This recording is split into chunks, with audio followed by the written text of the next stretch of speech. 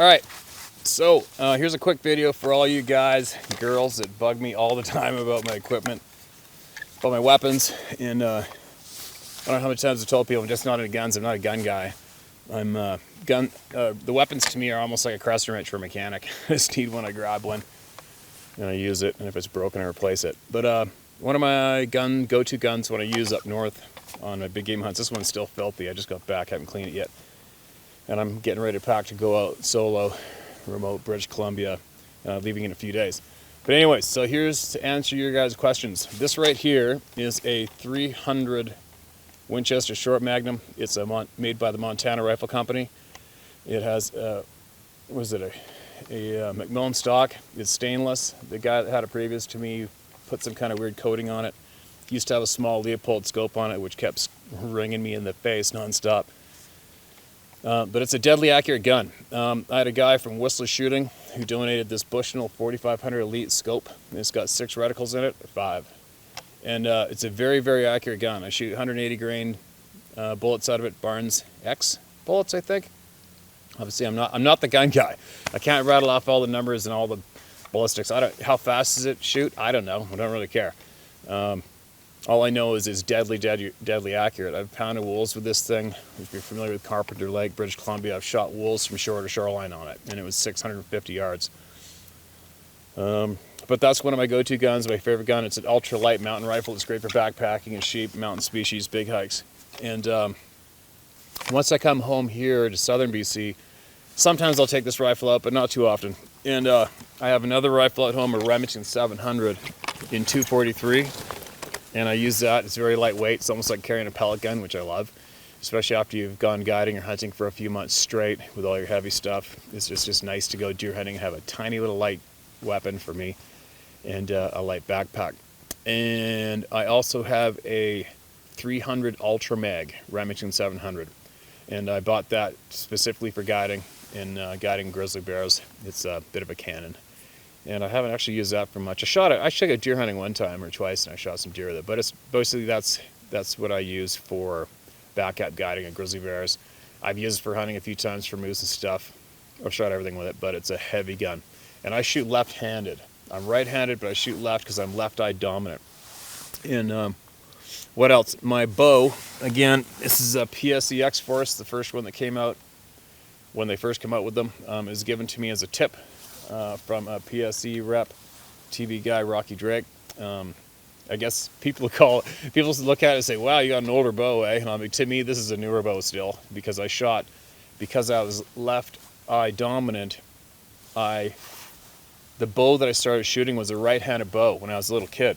So I had to learn how to shoot barrel bow with fingers, and I never used sights, I never used release. And obviously I started off shooting a right-handed bow, and I still shoot a right-handed bow today. And once I received this as a tip, that was when I finally broke down to a release system, because these bows are too short to use for your fingers. It pinches your fingers too much. But I've had this now for, I don't know, 9 years or something. And, you know, I always see people get caught up in that race, the toy race. It's just like people get a brand new vehicle every year. I notice guys now and girls get brand new bows every year. I haven't a clue why. How fast does this shoot? I don't know. Haven't a clue. Do I care? Nope. All I know is this is a frickin' flat shooting bow, and it puts the arrows exactly where I want them to go. So why? And it's very tiny. Like, I could put this in my soft backpack and zip it up after I detach the quiver, and that's great. You know, for horseback hunting, it's frickin' awesome, because there isn't a scabbard alive in existence that we put on the side of horses. And to protect, we had guys come up, they got a custom-made leather scabbard for the bow, put it on the side of the horse, and the thing got shredded the first day. So a lot of guys end up having to carry the bows when they go hunting. And you can see in some of my past sheep hunting videos where I sheep hunted for myself, I had this bow taken down, I took the stabilizer off, and it was in my backpack, zipped up with the arrows all the way up the mountain until I decided it was time to stalk a ram. Because you do not need a bow on the go ready as fast as you can. Nothing happens fast with a bow and arrow. You know when to put it together and when you're going to potentially have to use it as a weapon. And some of you might see this bracket right here. Well, this bracket I made out of a shelving bracket, and I put it in a vise and I rebent the end of it, drilled the end out of it, so I could screw on a small Sony Handycam. And why I did that is because I vowed to get the new British Columbia #1 blacktail with this bow. I already got, you've seen me after this buck, hopefully still alive. So once I start hunting him, which I'm going to start November 1st now, I'm going to put the camera on here and hopefully I'm going to harvest him on video, which would be incredible. And the video that I did get of him live last fall was the only reason I got him live, is because I had the camera right here on the bow. I'm like, oh my God, I can videotape him. Flip up the camera, videotape him with the bow, just like this. But that's my bow. What do I have for arrows? Carpet arrows, 31-inch arrows, and I have mechanical broadheads on them. Well, I don't even remember what broadheads these are. I totally forget what the name brand is. I've had it for so long. I think I bought 24 of these broadheads a few years ago.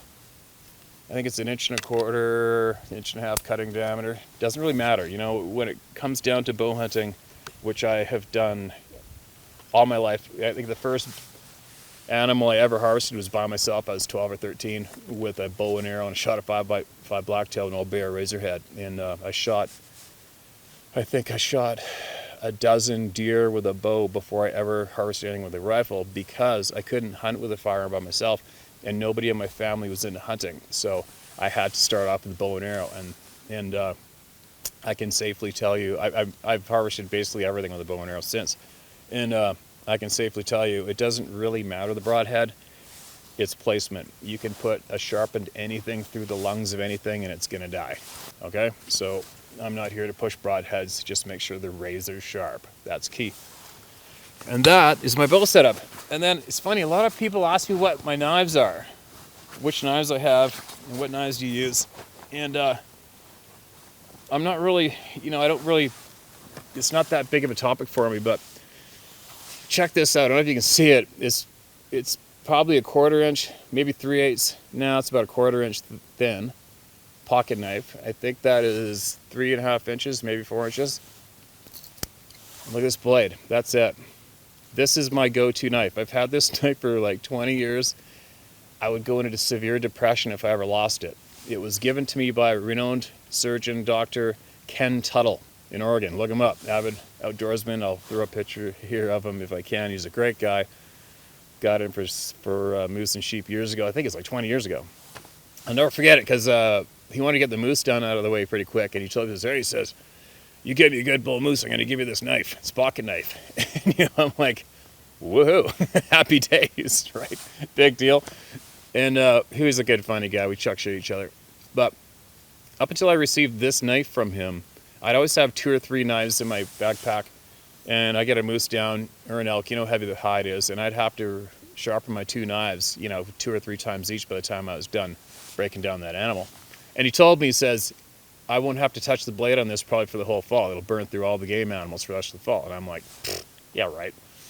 This silly little knife, it was made by Cutco. It's called a bullwhip. And of course, they don't make these things anymore. You dumb idiots, Cutco. What are you thinking?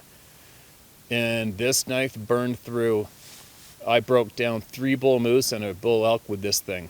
And it went through it like knife through melted butter. This thing is frickin' wicked.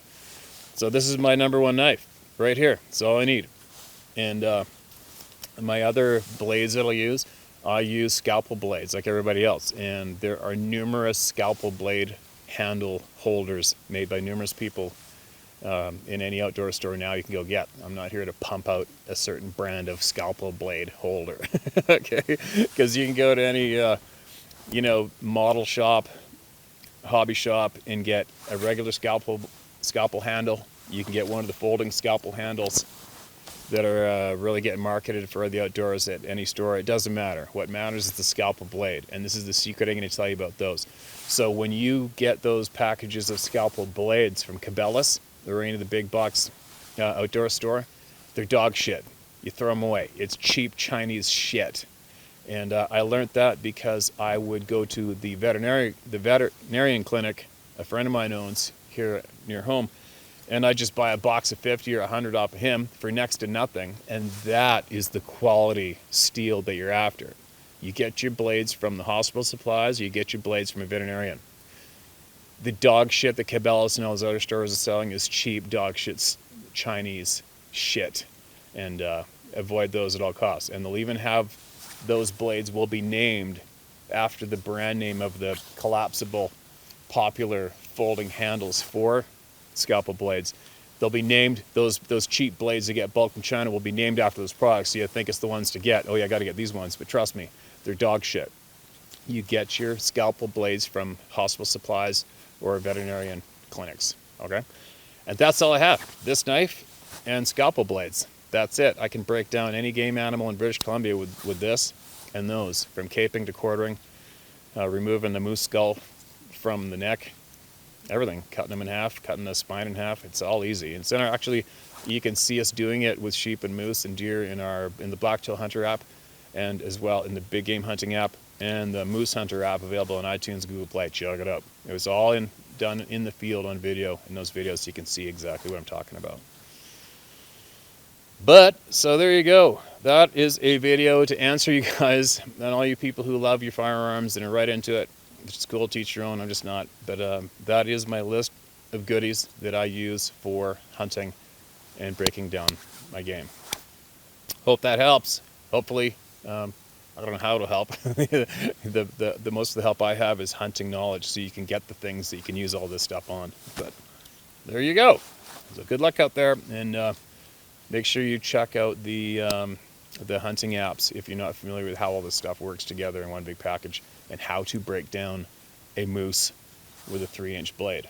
Or, you know what? I've actually used just the Scalpel blades. I had one Scalpel blade one time, a backpack, panic stations, got a big bull elk on the ground. I'm like, oh no, go gingerly, you know, and if you take your time and be very careful, like you'll snap those Scalpel blades, 2 or 3 of them as you're carving up a big game animal, and I went at it, I tiptoed, and I used one Scalpel blade, and I completely broke down a bull elk with it. I didn't break it. Whew, thank God. So there you go.